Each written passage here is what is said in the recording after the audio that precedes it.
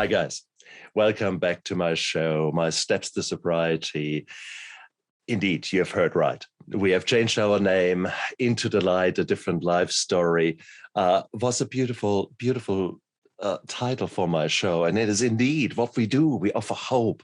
We all have lived, pretty much every single one of my guests has lived in the darkness, and our journey is into the light, and we live a very different life. So I thought that title was really so good, but no one can find us. So no. We need to go back to the earlier version and the original title of the show, My Steps to Sobriety. Although our show will not change. We will address the reason why people try to escape their reality. And I want to give you the power to see that whatever is happening in your life, it is a wave. It is a temporary thing. The past does not equal the future. You have got the power to change. And that is what this show is all about. Okay. So my show will not change, but the title has changed, My Steps to Sobriety. And with that new title comes new guests. And I've got a beautiful lineup. And today I'm dead proud to have Dylan Lundgren with me. Dylan is a man who, like me, has been in the darkness in the past and has transformed like a phoenix rising out of the ashes. Whilst this is a cliche, literally it's true for all of us. So Dylan and me have planned to talk about recovery from addiction, recovery and true sobriety, and what that really means. And let's talk about the hard things that will happen, the relapses. Let's talk about long-term outcomes. What has allowed Dylan and me to be at this point many years down the line? Why have we not relapsed? Or shall I say, how have we dealt with our relapses? Because most of us have. So let's not be silly here. So Dylan, thank you so much for coming on to my show. Thank you, Stefan. It's great to be here. I really appreciate the opportunity to connect with you and connect with your community here. And I'm really excited about this topic of going into the light, as you put it. You know, really transforming this sense of despair that so many people are struggling with, and having an experience of moving through that and moving to a better place in life is such an important thing for me. And I know it is for you too. So I'm excited to talk more about this, how it's been possible for us, and even more importantly, how we can help other people to move in the same direction. Hell yes. About 8 years ago, I was sitting in my garage, drunk like a skunk, couldn't string two sentences together in the evening, and bawling my eyes out, literally crying like a little baby because the pain was so big. And in my heart, the anger, the frustration at that night had changed into complete sadness, worthlessness, helplessness, the true dark night of the soul, if we want to use the metaphor from filming. And I was there, and it was one of the darkest times in my life. Yet, here I am nowadays, such a different man. That is a classic story for those of us who have persevered. Do you have a similar story? Were there some dark nights of the soul in the past with you? For sure. What was your background? Where did you... Well, let's start positive. When you were younger, when did you start drinking? When did you start using?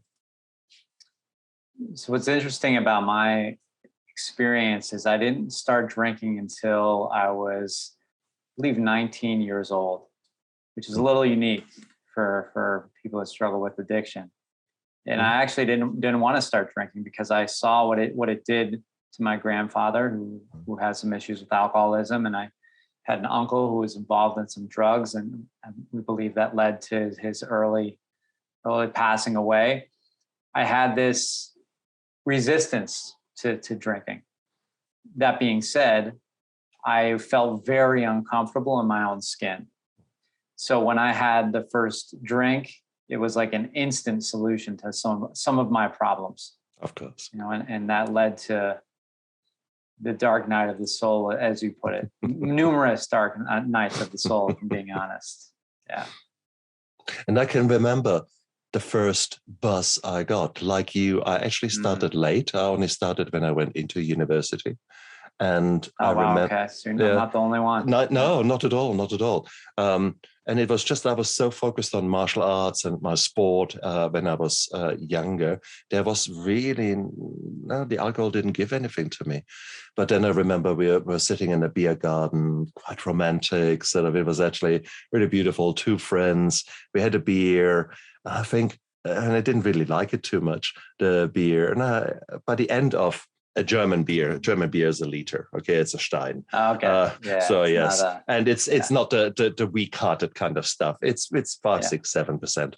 So by the end of that Stein, I had this dopamine rush, and I remember that very, very well.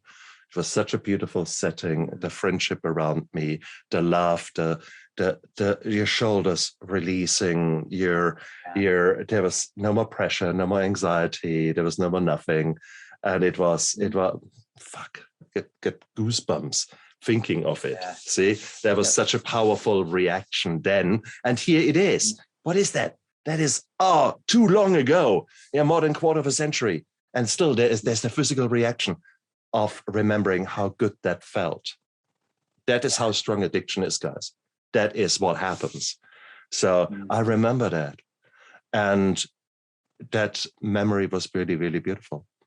So was that similar to you? So you had this, Definitely. For the first time in my life, I could feel okay. I could feel confident. I could feel like I could walk up to a woman I was attracted to and talk to her without being, spun out in my head. Exactly. Yeah. Shy. And then by your laugh, I'm guessing you can relate. Hell yes. Hell yes. And it became a powerful weapon because it was relaxing me. Suddenly I didn't care that I can't sing so well and that my guitar skills are not really so great. Your guitar comes out and you sing from the heart, and it's like moths to a flame.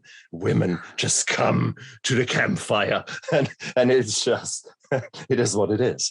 So alcohol was a powerful ally for me in the start, and it served a very good purpose. And I considered it a friend. There were so many advantages for me in my early 20s with alcohol. The problem, of course, is that you only focus on that. And what was your background when you were prior to alcohol? Were you a mature young man? Did you ever come across, I don't know, role models that taught you mindfulness, that taught you how to deal with negative emotions? Was there anything like that happening in your youth? There was, to an extent. And when you say maturity, emotional maturity I'm talking about. That would be no. So on the outside, I looked very mature. What I mean by that is, I was the captain of the wrestling team. Yeah. I was in very good shape. I was on the honor roll, which just means like, straight A's pretty much, really good grades most of the time. I didn't get in any trouble. So on the outside, it looked like I was doing really well. I was voted the scholar athlete of my class. There was one male and one female. So I was voted the scholar athlete of my class. However, this was around the same time that I started to think about suicide and was experiencing depression. And so there was this big disconnect between how I felt on the inside and what I looked like and what was going on the outside. And for me, the alcohol helped to mitigate that. The alcohol really helped to solve that, in the short term. And as far as role models, I had some pretty good teachers. One in particular that I always have thought about since that time. And this is almost 20 years ago. And the reason why I think about this specific health teacher is because he talked about life in a way that seemed to be based in reality. And what I mean by that is at this time, when I was in high school struggling with these things, I'd go into a classroom and I'd learn about calculus or algebra, and maybe I'd get a straight A on the test. But I would leave and go home with absolutely no idea on how to deal with my emotions, how to deal with these suicidal thoughts. Had no idea why I even felt that way. Why does it look like no one else feels that way? Does anyone else feel that way? So this health teacher would touch on these things a little bit, but then most of my life was not open to this type of exploration or discussion. So I had these bits of light, these little bits of hope, but I had no way to integrate them or really build on them. So to answer your question, it would be mostly no. There wasn't really, a lot of, I had good parents and upbringings. However, once I found the alcohol, it was a much more compelling solution. Of course. And of course there was the typical masculinity there. I'm strong, I'm the captain of the team, all that.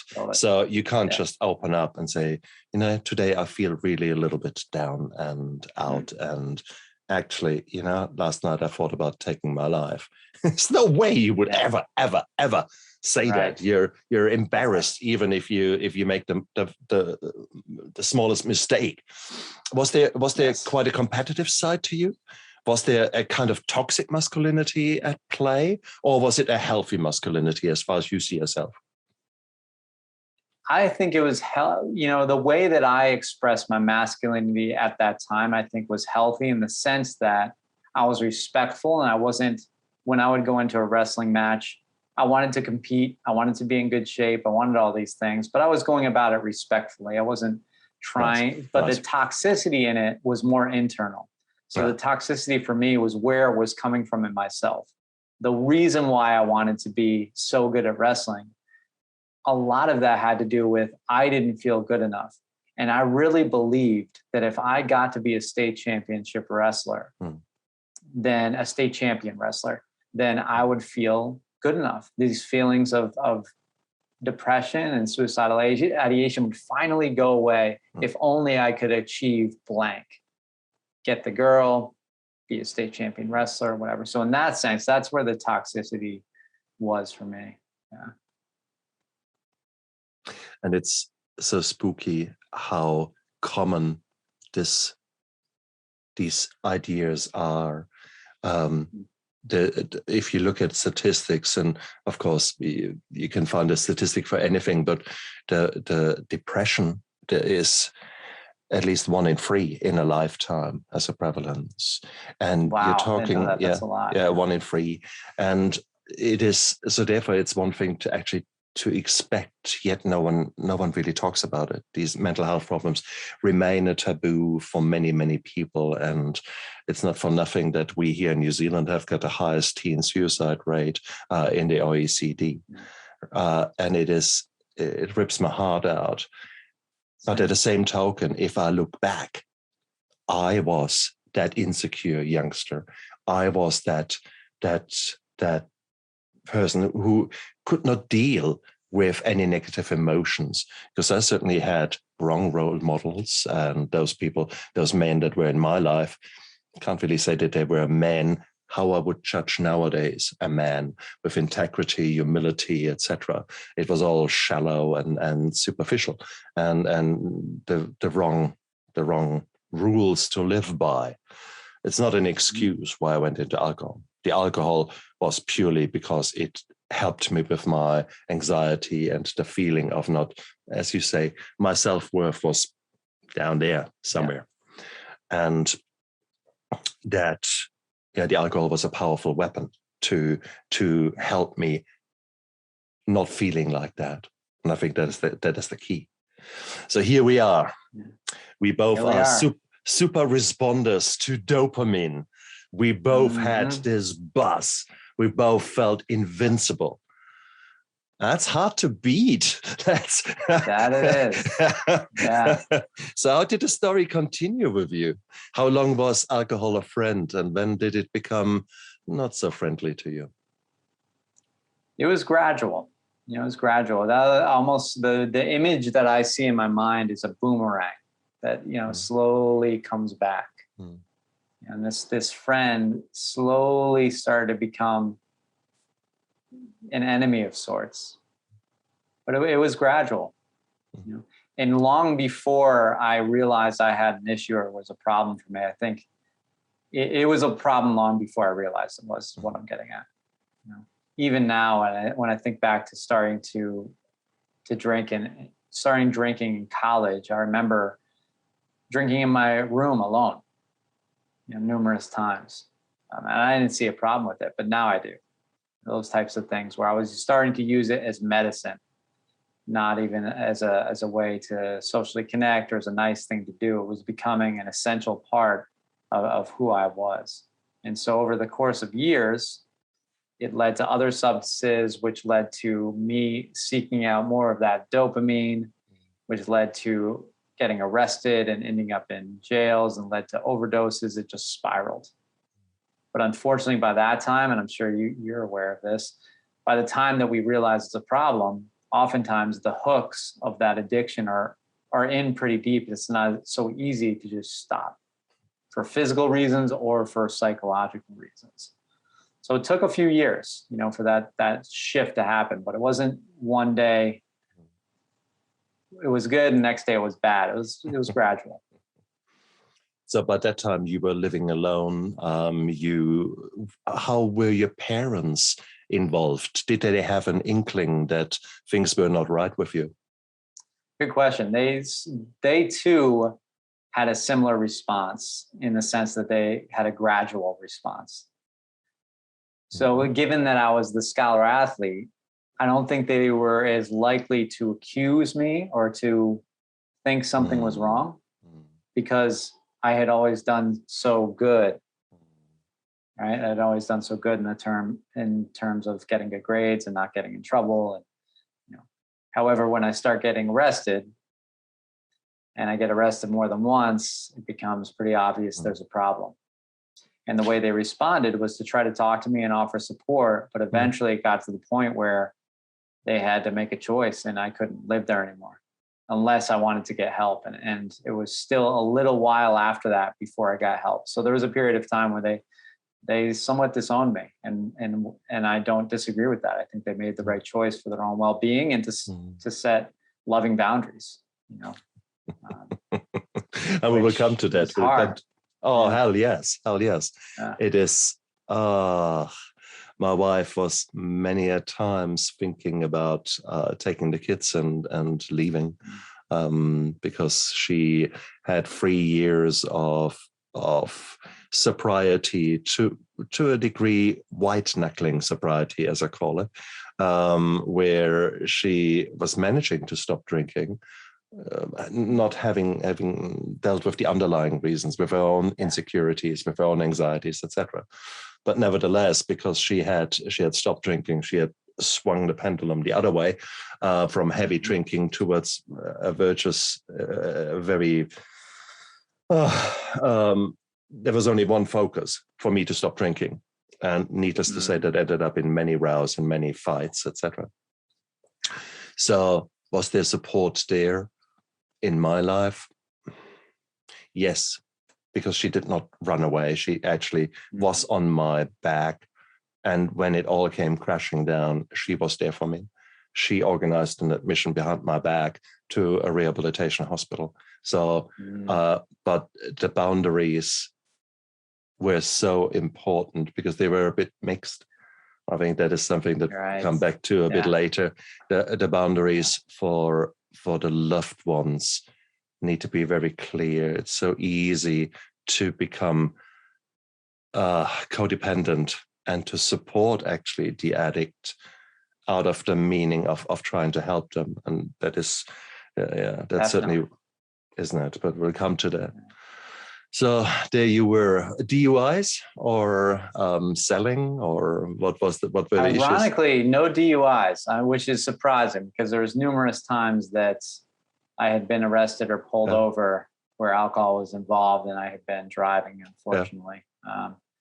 No, but numerous arrests for possession, for being in school zones, for, a bunch of different things along those lines. consequences of my addiction. Mm. Yeah. How, and when you were confronted with the authorities, were there people amongst the authorities who did not treat you like a lawless person and rather as a patient? Was there already a change in the attitude, or were you just a nasty piece of garbage that we have to throw into jail? My experience was there was respect at first. It felt like a grace period. But granted, I grew up in the same town. So it might have been different if I didn't, people knew me to an extent. Not everybody, but they knew, like, this is a kid who just came out of high school. He was doing good. They had some sense of that. However, that changed because I kept breaking the law and I kept hanging around with kids that were younger than me, and I'm using drugs, and I'm not a good influence. So I understand to an extent why the shift happened on their end. I don't think it was stigma so much as it was, we gave this kid a chance and gave him some leniency and respect, and it's not working. So now we have to be hard on him, but it was maybe you're talking 20 years ago. So there was a different attitude then towards addicts. It was still very much a law enforcement issue rather than a disease. Right. Good point. Yeah, very good point. So, and unfortunately, these attitudes have not necessarily changed. They change in some circles, but just as much as mental health, depression, PTSD, all these things still remain cliches or taboos in the worst case, it's the same with addiction. The difference between hating addiction and hating the addict is non-existent in some circles. And that is what I'm trying to find out. Were there early movements that actually said, yeah, no jail, but you have to go into rehab?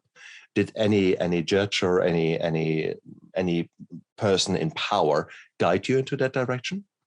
Yes, they did. And I'm very, very grateful for that. Because had that not happened, I'm not sure. Had that not been an option, I don't think I would be here. Who knows? I believe in a higher power, and that's my faith. So it's totally possible. My life could have turned out just as good or better had I gone a different direction. However, my direction was to get help through the court system and have an option, jail or rehab.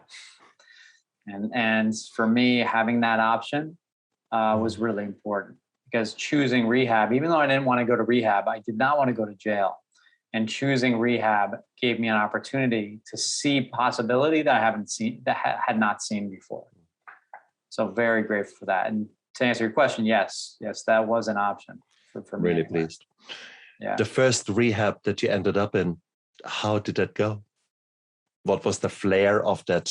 And when I say flair, what was the attitude? What was the setting of that rehab, may I ask? Well, the first experience was pretty brutal, because I got there on a Friday. I didn't necessarily want to stop drinking at that point. I just wanted to stop the pain and the consequences of drinking. So I had drank between the time we decided going into treatment, we meaning my parents who were supporting me and getting there and paying for it. Between the time we made that decision and the time I was getting into treatment was a few days.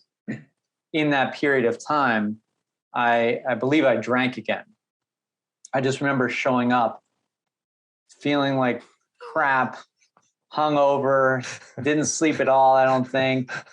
I have to go to this group on like an early Friday morning after checking in, and they don't want me to sleep till that night. So I'm like, I don't know anybody yet. So it was a brutal awakening, And that being said, I started to notice after the fog lifted that people are happy here. And they were kind of like a tribe, a group, a community, which the last time I experienced that was with sports, wrestling or football, but it had been a couple of years and I hadn't experienced that. But here was something that wasn't high school. Here was something that wasn't sports. and yet still had that sense of being connected to something bigger than myself. So that started to dawn on me, and that was the beginning of a transformation. Just that seed being planted, that was the beginning of something that would grow for, it's been 17 years now, and still growing. So in that sense, it was very eye-opening. However, that didn't go ahead. Sorry. No, I'm really pleased that this was your first experience, and it truly was the same experience for me. So we two are maybe not the lucky ones. You should expect that nowadays. You should expect that a good treatment program does exactly show you this hope. Having said that, I've had, when I got admitted on a Friday, in that intake, there were 3 other inmates who came in with me. And one of them was a girl who, I don't know how many rehabs she had done before. One of them was court mandated. And so she ended up in the South Island of New Zealand from memory. And she actually ended up for 9 months in what I can only describe as slave labor camp. So she was ending up on a large farm, and her rehabilitation consisted of plucking peppers and zucchini from fields all day long, is forbidden to drink, and had, I think, 2 or 4 hours of treatment of someone coming in and chatting with them, how are you doing? And that was the rehabilitation. And after 9 months, she got out, and the very first thing she did went straight for a bar. Totally. Yeah. Well, exactly. So that went by as a rehab program, and that's the problem. I remember one of the first AA courses. So as part of rehab, we had to go to not just the rehab facility we were in, but actually to AA meetings out about in town to introduce us that here, this is the community that is out there. And I remember sitting in one of these AA groups, and they were sort of the typical AA people, if I say, so people who are in recovery, who want to give back. There's this whole range of people. Then there were sort of the 4 of us sitting there on one side of the room and sort of listening in. And on the other side of the room were 5, 6 young people, women in their 20s, 30s. And one of them, she was like that. And I sort of asked the guy who had accompanied us, what's the story? And he said, yeah, that's court mandated. That's basically people. That's the difference. Yeah. That's right. So, and I can relate to that. Yeah. I remember this glowering. Yeah. Oh dear. I hope this woman has come around to see proper recovery. Definitely. Definitely. That is not that's my just only pain, wish. That's just pain, and and it's hard. Was there pain for me? Shit, yeah. At the same token, the competitive guy in me took it on as a challenge. I have succeeded in so many things in my life that I will succeed in that. I will become the poster boy of sobriety. I'm going to be the man. I'm going to do it all in 4 weeks. They think we go to step 4. That's right. Gosh, we do all the 12 steps in 4 weeks. I'm 3 weeks. I'm going to be finished tomorrow. That was my attitude when I started. And oh dear. How did you go into any delirium, or did you go into any withdrawal? Was your habit this strong that you actually ended up in trouble to start off with? Yeah. I towards the end, I was drinking about 1 liter of vodka every day. Oh, welcome to the club. Yeah. It's vodka. So the physical withdrawal was definitely a real thing, but even more than that, the emotional withdrawal was the hardest. I mean, there was things coming up I didn't even know I could experience, because at this point, like my emotional radar was numb or angry, and that was it.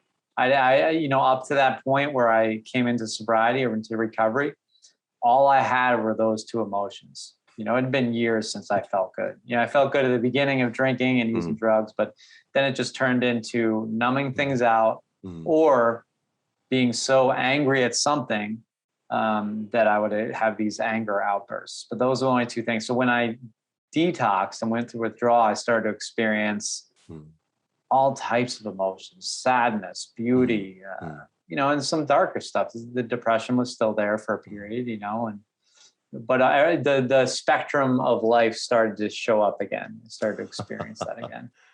It's interesting that you say that. For me, that took much, much longer to materialize. I think those kind of normal, a normal spread of emotions, that would have been many weeks, maybe even many months down the line, I must say. Although my drinking career had been longer than yours, I must have been, drinking more or less heavily for a good 2 decades, with times of sobriety in between, but not sobriety of not drinking in between. Let's call it like that, because there is a big, big difference living a life full of happiness and contention and being truly feeling good about yourself, loving yourself, these kind of things I had no clue what that even meant. These were empty words for me. So throughout all that journey. No, that's cool. Very, very much can relate to that. Isn't it? So was it a 4-week program that you were in, or was it longer? So the treatment program I actually went into it twice. So that first time that you asked about, I had cleaned up a little bit. I got a taste of recovery. I liked it, but I didn't really know if I was an alcoholic or an addict, So I didn't really think I necessarily had to stop drinking completely. So I did a little experiment. I failed the experiment. Yeah. Ended up back there. Yeah, I ended up back there. But one thing about it was clear that this was the place to be, this treatment center. So when I failed the experiment, I realized I've got to get back there, and I did. And I stayed for almost a year. So the program itself was anywhere from 4 weeks to maybe 12 weeks. And people would stay, an average probably about 6 weeks. I think I stayed for maybe 8 weeks, and then they had an extended care, like a sober living program. Mm-hmm. And so I did that for another maybe 8 or 10 months. And then I became a staff member at the treatment center and worked there for years and got the opportunity to build the program. And beautiful. It was really cool. Yeah. Beautiful. And that's not an uncommon story, isn't it? That once you get your head straight again and you actually develop into this new person, you're coming to crossroads constantly. And one of them is, what am I going to do with my life now? And typically the plans that you had previously, they somehow don't seem to be valid anymore, and they don't seem to be right. So in my treatment program, everyone in that treatment program, everyone who influenced me, from the nurses to the yoga teacher to everyone, they were all addicts. They were all previously in the dark place, like where I had been, not right now. And that was beautiful. That was wow. You're kidding me. Because these people were different. They truly loved. They held jobs. They were really, really good. Yeah. They had cars. They paid their insurance. Yeah. Something like that. And you think, so that's possible, because you don't know. When you relapsed, was there a lot of shame and guilt there? Oh yeah, it was, and it became fuel to keep the party going. Exactly. So there wasn't a lot of. I didn't have a lot of acceptance. Yeah. And there wasn't a lot of discussion around these deeper issues yet. So when I had that shame and regret, I just assumed it was real, and it was, all the stories in my head about me being a failure, and I just assumed they were real. So I just, what kept me going was ending up back in jail and getting arrested, and having that option again to do jail or rehab.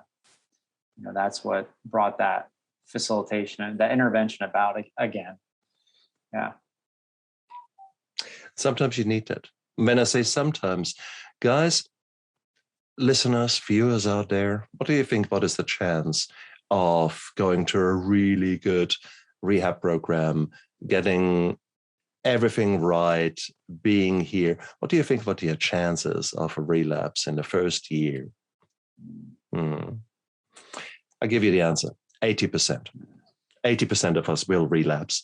And that is just how powerful the disease of addiction is, of alcoholism is. And the question is, how do we deal with that? Because it's very likely that it happens.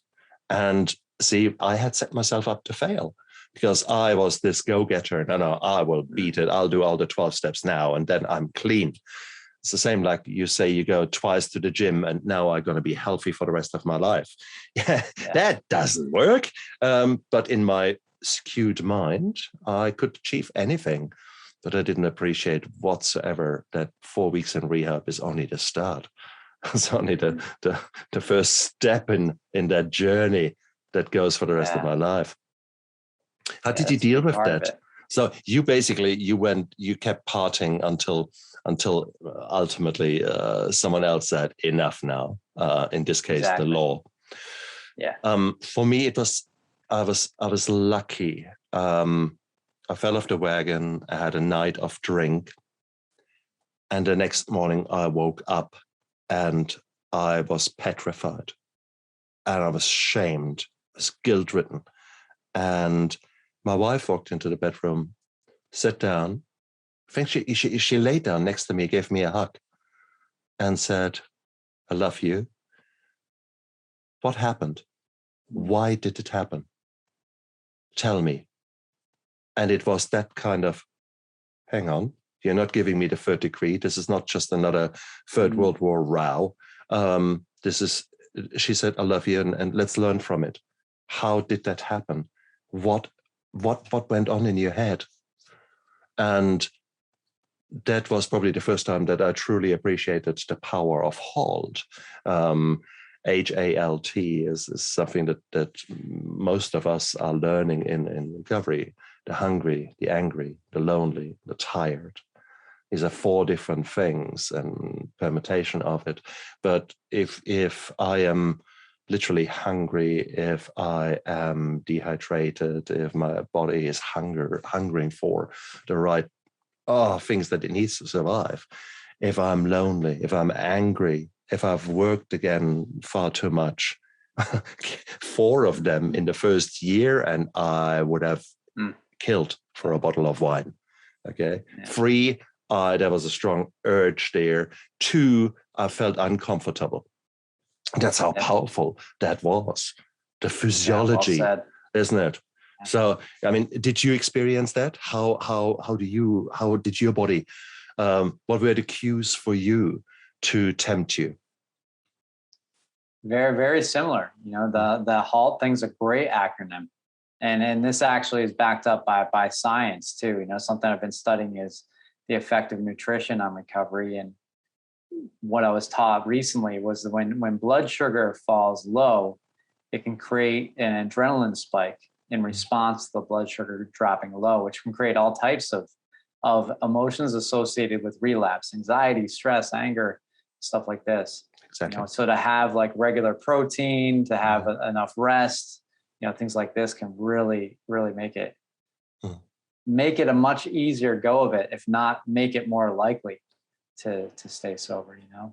So a lot of the same things: hungry, angry, lonely, tired. Yeah. And it's a universal thing, really. And if you think about it, why is that? Because it's a fight and flight response. The physiology that is hardwired into the deepest reptilian brain. We are not talking about emotions. We are talking about something that's down there, deep in there. Yeah. You can't do anything about it. It is pure survival of your body. And that is where these kind of floods of stress hormones come in, the adrenaline, the cortisol, etc. And they then change your focus. You need to have something, because you need to go, because otherwise if you don't drink water, that is in this case, if you don't drink water, well, you die in a few days.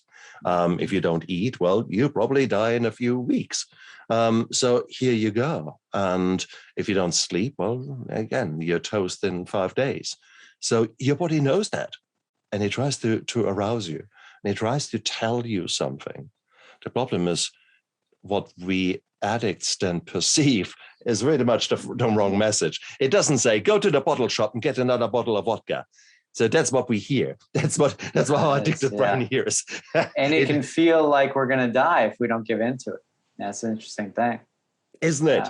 Isn't it? Yeah. And it is, that is where the urges can be so powerful. So strong at times. Yeah. Exactly. Exactly. So, and it is, so therefore, if you are in that boat right now where you actually have just relapsed, welcome to the fold. Welcome to the club. Exactly. That is normal. So you have done it. Cool.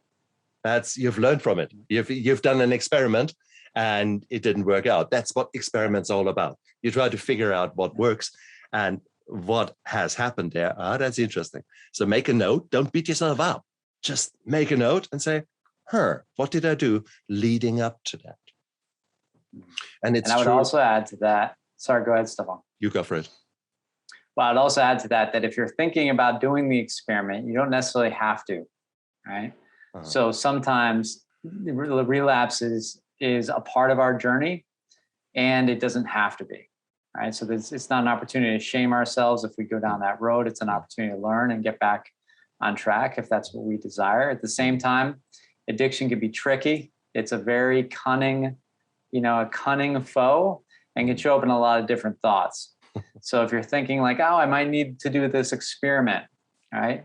I would encourage you to think again, because there's things that can make us feel just as good, if not better, than the next drink. And the next drink can make us feel a lot worse than we thought it would. Right over there, my steps to sobriety. That is, there might be something there. Yeah.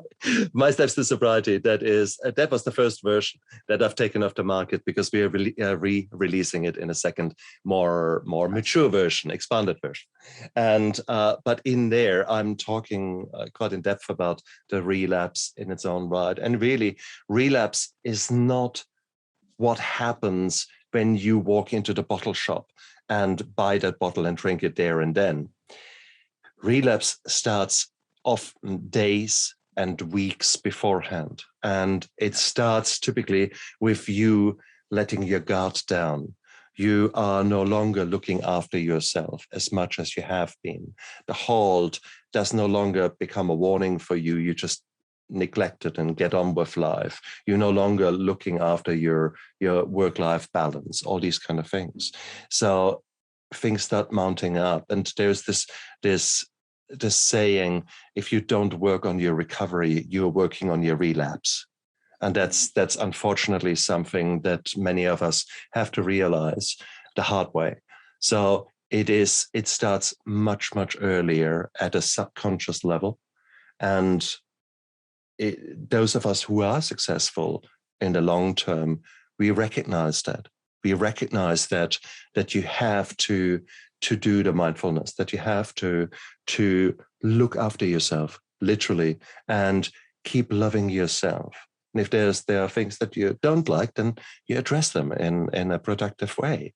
You don't run away from things, these kind of things. So a relapse is not just you hitting the bottle. There's more to that, prior to that, the build up. And a good mentor, a good counselor, a good life coach will teach you that, will work with you to actually let you recognize that. But if it has just happened, brilliant. I'm really pleased for you. The old saying that Thomas Alva Edison did 2,000 experiments that all failed until he finally got the light bulb sorted. That's so true. I'm not sure if it's 1,000 or 2,000 or 10,000. It doesn't matter. You get the idea. You need to fail in order to know what is winning. Sometimes you win, sometimes you learn. And that's a beautiful thing. I actually, in competitions, well, I actually don't mind losing. I don't mind coming home with the wooden spoon, because it showed me, okay, I have a lot to learn. It humbles me, and I have no problem with that, actually. So I invite you to do the same in that competition of life. If you're losing in that particular match, welcome. Fair call? Yeah, definitely. Yeah, it's one of my mentors would say that the process of recovery is a process of discovery, discovering ourselves and discovering the world. Sometimes for the first time ever. Some of us have discoveries that come about of things that we forgot or we come to remember, and other times it's like we literally have a new life that's being given to us. And one way I look at this is part of that is having other people in our circle, trusted people in our circle, who can mirror things back to us in a way that can empower us and also challenge us. It's like if I'm looking, one psychoanalyst said we can't see the center of our own back, but other people can mirror things back to us. Just like if I wanted to see the center of my own back, I'd have to have a mirror, like two mirrors, right, to see it. And it's a similar thing with the psyche. So this process of recovery is really coming to discover ourselves. And like you were talking about, shining a light on some of the subconscious reasons why we go to this place, why we go to this dark place, and really bringing that up to conscious awareness so we can integrate it. So it no longer has so much power over us and can just catch us, blindside us. That's where some of this discovery really comes in handy, the self-awareness piece. So yeah, I'm on board with you, Stefan. Yeah. and of course, I mean, that is if you look at my show, if you were to go onto YouTube and look at the various channels on my show, you see all kind of things. Yes, there is something about addiction somewhere, but there is lots about sexual abuse and toxic relationships. There's lots about depression and anxiety. There's PTSD. These are the reasons why we want to escape reality. So only to focus on your drinking or you're not drinking and neglecting all the reasons what we are talking about here is you're setting yourself up to fail. And that's, I think, the key thing, because I saw on Quora, someone asked me a question. Why do people still go to 12-step programs when it's clear they don't work? And I thought, that's a weird one. And I sort of started working or writing an answer there and comparing programs. But already we guys have given you the answer to that question. A good program, regardless what skills it teaches you and how it goes about things, if it only focuses on you not drinking and not addressing the reasons behind it and guiding you down the line to address them, then this program will fail. There's very little doubt in my mind. So people who fail in programs, regardless if it is 12 steps or other programs, which there are so many around, they get not guided in the right way, or they refuse to address those truly painful steps, their relationships when they were children with their parents, their insecurities, their depression, their anxiety, all these kind of things. So it is so much more. So I think it's very hard to make blanket statements like that. In the first statement, the first sentence, however, I wrote was, actually, you're wrong. There is not such a huge failure rate. On the contrary, nowadays with good programs, regardless how they are set up, you can actually pretty much expect to get clean if you do the work, if you listen to those people who have been there, done that, and who guide you. Would you agree?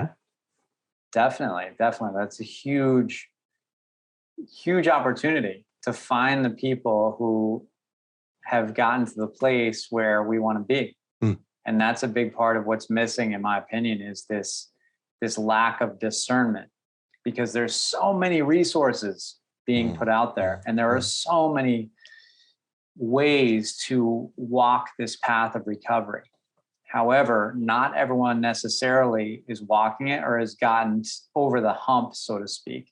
And I think having that awareness and having that discernment of where do I want to be and who's actually gotten there, not who's telling me how to get there, not who's saying how to get there, but who has actually gotten there.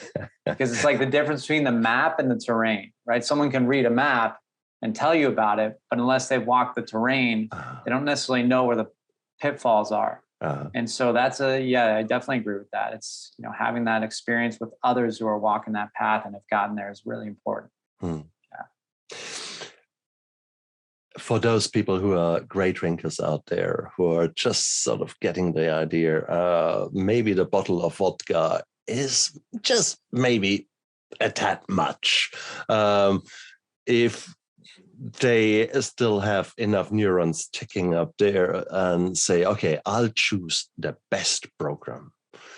And if they were to ask you, should I go 12-step-based programs, or should I go more science-based programs, or is there life ring? I'm a woman in recovery, smart recovery.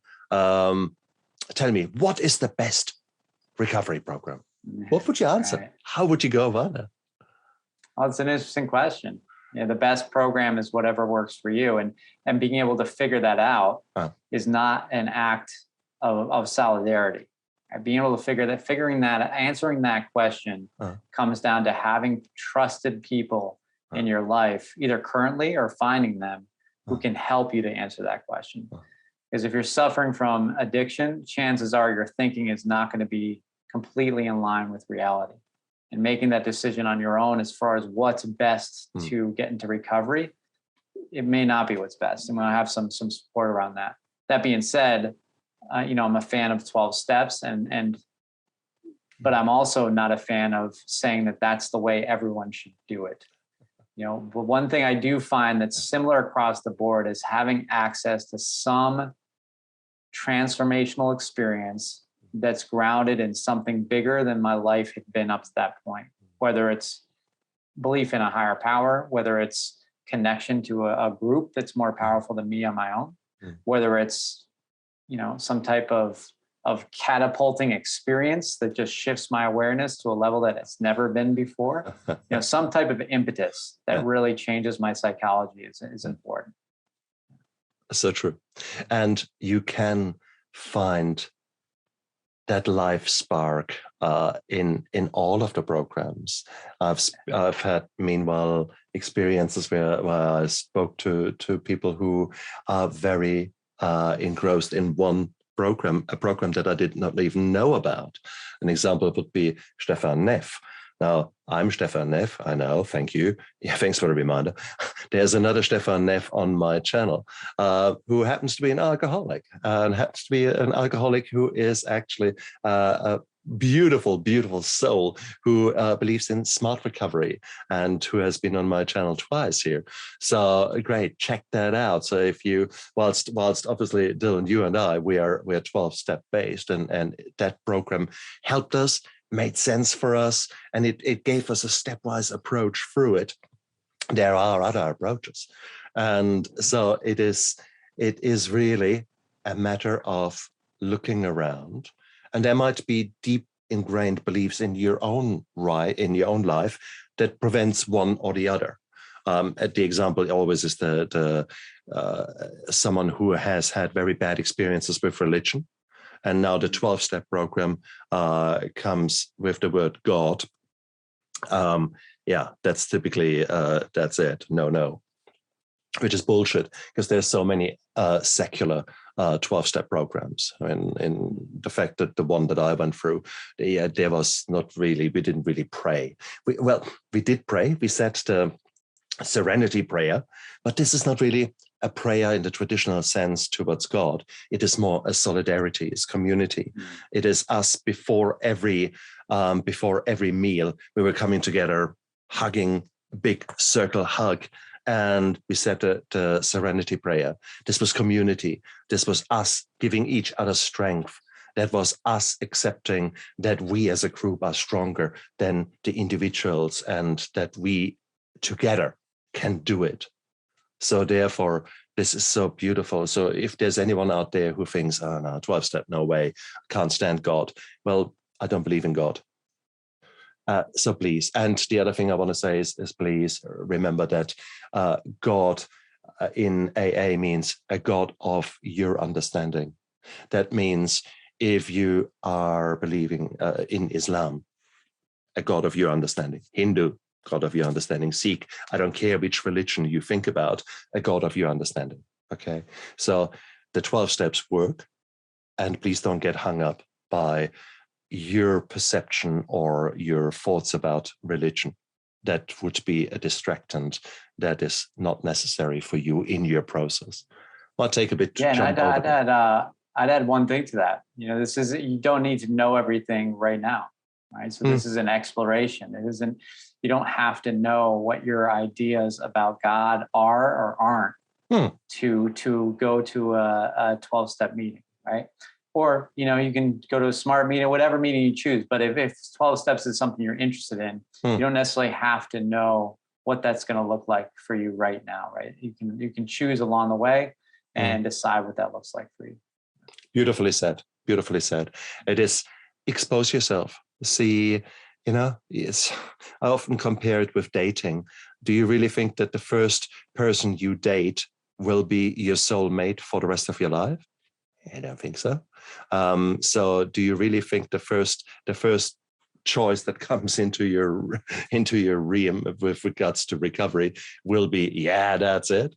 Oh, might not be. In my case, it was love at first sight, actually, as it so happened, the 12-step program, because it made sense to me. It made sense because it was like dealing with a failed business.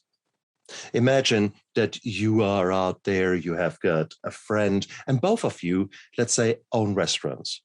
Now, your restaurant is humming and buzzing, and everyone loves to come to you. And in his restaurant, there's some tumbleweeds rolling through, and the odd cicada. And he might come one day to you and might say, look, Stefan, what the hell? How do you do that? And so what would you do? You would probably go across to him and just sit down and order a few items from the menu, look around, what's the decor, how do people behave, etc. And then you would probably look behind the scenes and see what he's doing. And then once you have done that inventory, once you have had a good look around, then you might actually say, okay, I think there are some things that we can change. Some menu items go, they are no longer useful to you.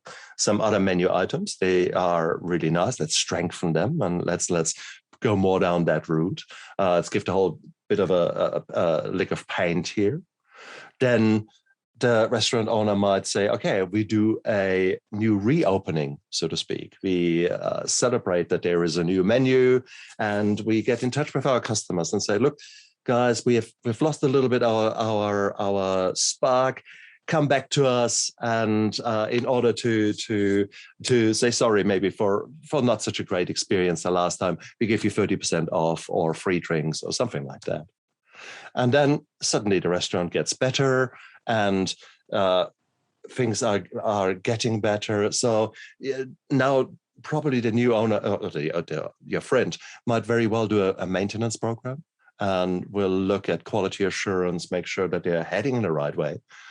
And chances are down the line, this guy might again be as successful as you. And he might say, wow, that was such a cool journey.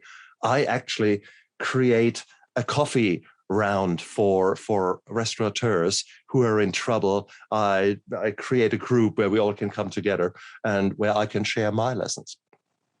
That would be quite a logical thing, wouldn't it? Yeah. The whole journey. Yeah, definitely. What I've just described is a 12-step program. Okay? That's exactly. From the word go, the owner accepted that enough was enough, and he could not do it alone, and he needed help. He came to you, etc., etc., etc. Every single step that is in the 12-step program had just occurred with you and your friend in the restaurant. Okay? There was not a single God anywhere involved.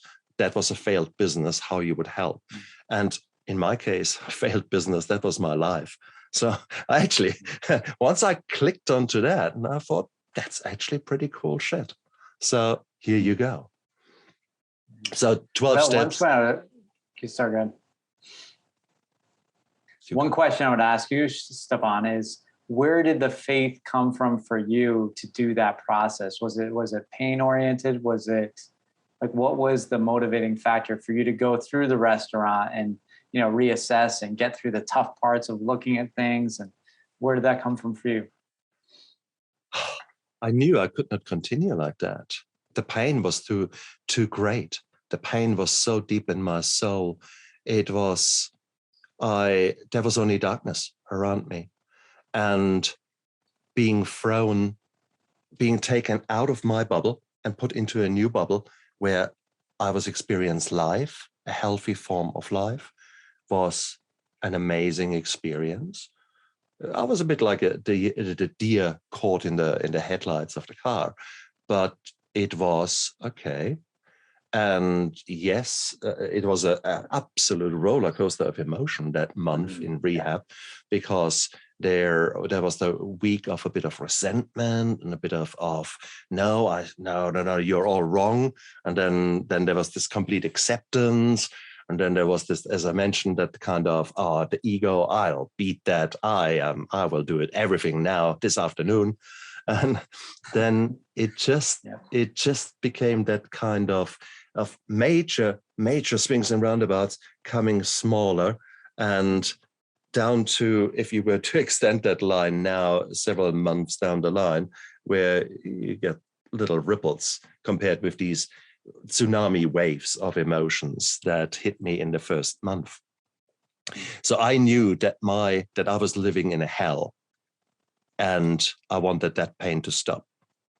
And I think the breakthrough came probably the first Saturday. So I was now a week in, and the boss of that rehab said, "Come on, Stefan, we go for a coffee. I want to introduce you to someone."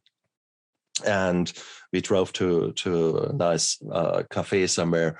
And there was another doctor, a doctor who I had known professionally. We had dealt with the same clientele, so to speak, as pain physicians.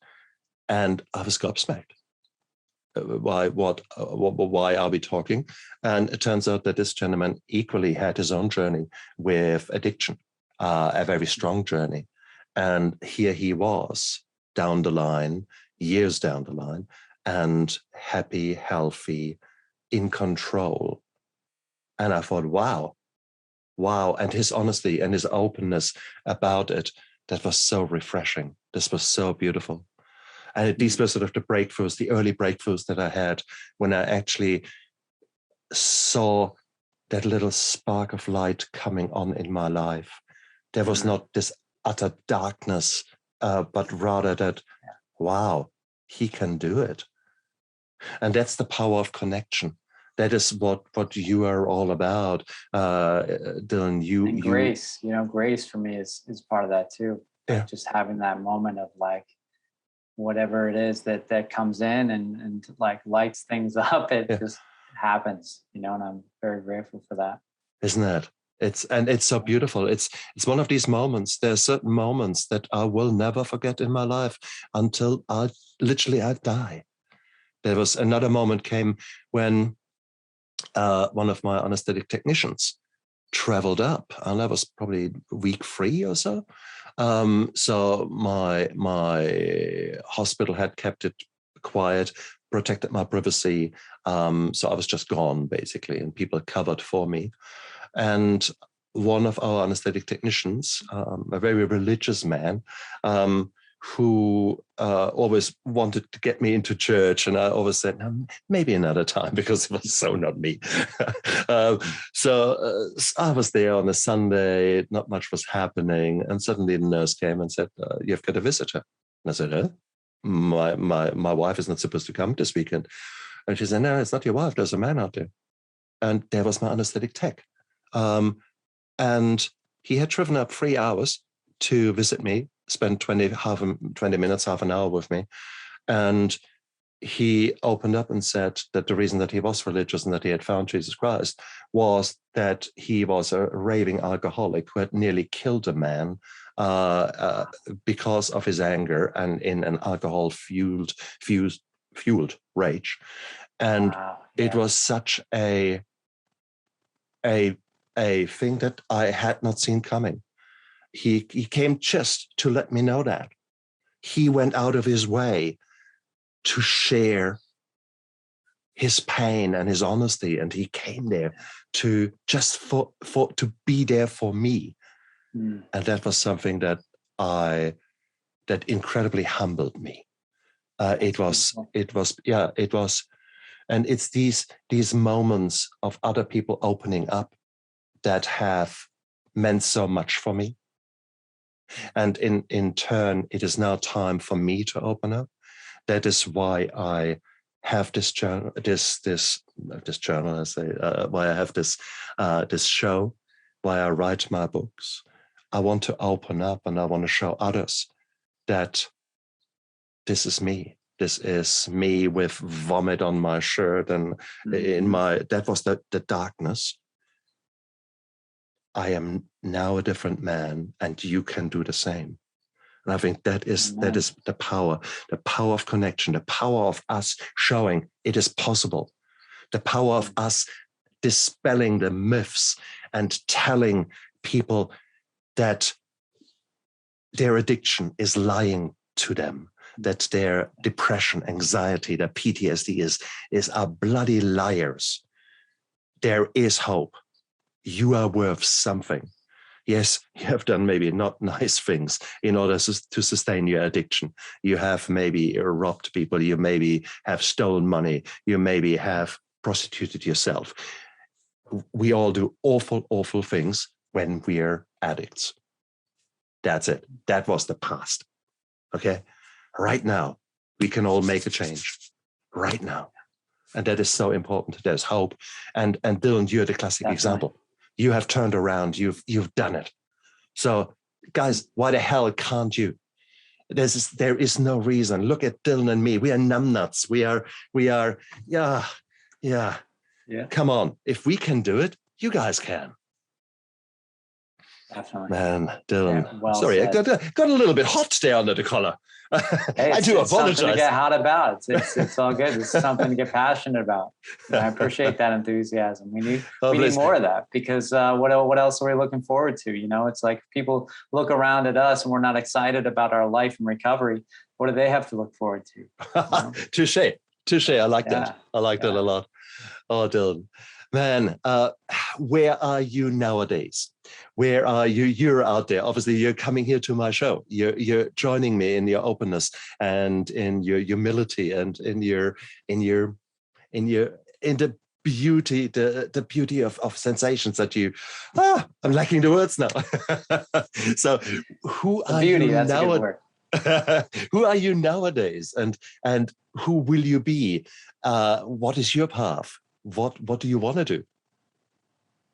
So in the process of building a speaking career, and similar to you with the podcast, getting some of these ideas out there, the way that I'm doing that is through speaking and offering presentations, using my own stories and some of the experiences that I've had to provide those experiences for others. Things like self-expression and mindfulness and things like this to really give people a good time in recovery and give them some more purpose and meaning for why that can be a heroic journey, And so I also work with a company out in Michigan called Feinberg Consulting. It's a really good company. We offer recovery coaching, case management, interventions, and it's a really, really good place to work. And they share a lot of the same passion that we're talking about here, Stefan. And who knows where my life will bring me next, but I'm excited and it's good to be here with you today. And I appreciate you having me on. And what are your social media handles? How can people find you? So Dylan Lundgren, I believe Stefan will have it spelled out. But you can just search dylanlundgren.com, or you can find me on Instagram or Facebook. I'm pretty active on there, or LinkedIn. Any of those. You can find me on. So Dylan Lundgren, DYLAN Lundgren.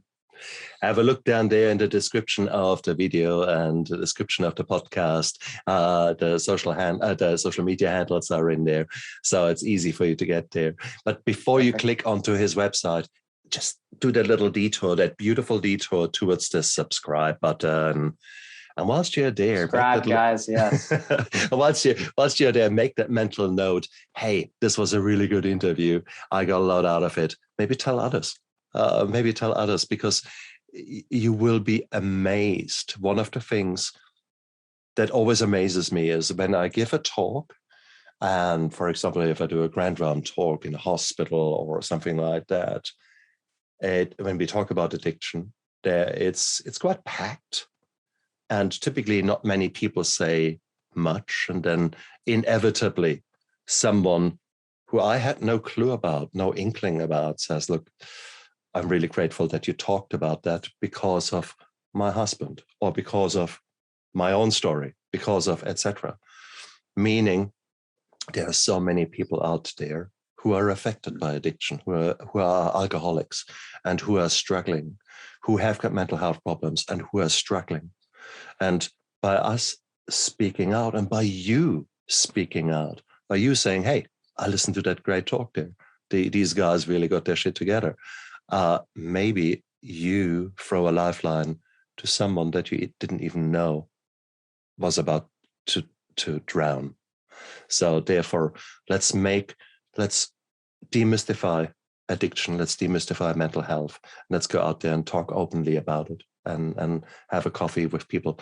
And suddenly you might feel, wow, okay, lives are changing. How cool is that? Definitely. Definitely. And that's really what this is about. Not just us having a conversation, right? But this is really about being able to share this information in a way where it spreads out and impacts other people. So your loved ones that might be struggling, you might be struggling. This is really about getting this out in a way that those people who are struggling hear the message and feel hope and support. Brilliant. Dylan, I'm so grateful that you joined me today. This was a really cool talk. It actually brought back a lot of memories for me. And as with every show I do, I learn a lot. I refresh my mind about certain things, and it allows me to hone in, because our own path meanders, our own path strays a little bit off. You're never 100% true. So even if there's the smallest thing, if you catch it early, you can correct your course. And that's what every day gives me the opportunity to reevaluate where I want to go. And your interview today allowed me to do that as far as my own addiction is concerned. And for that, I'm very grateful. I do have to say, that's cool. Dylan, thank you so much. And you guys out there, I believe in you. I know you can do it. I know you can change, because the past does not equal the future. And I believe in you guys. Stay strong and look after yourself. Bye. Bye, guys. Dream on.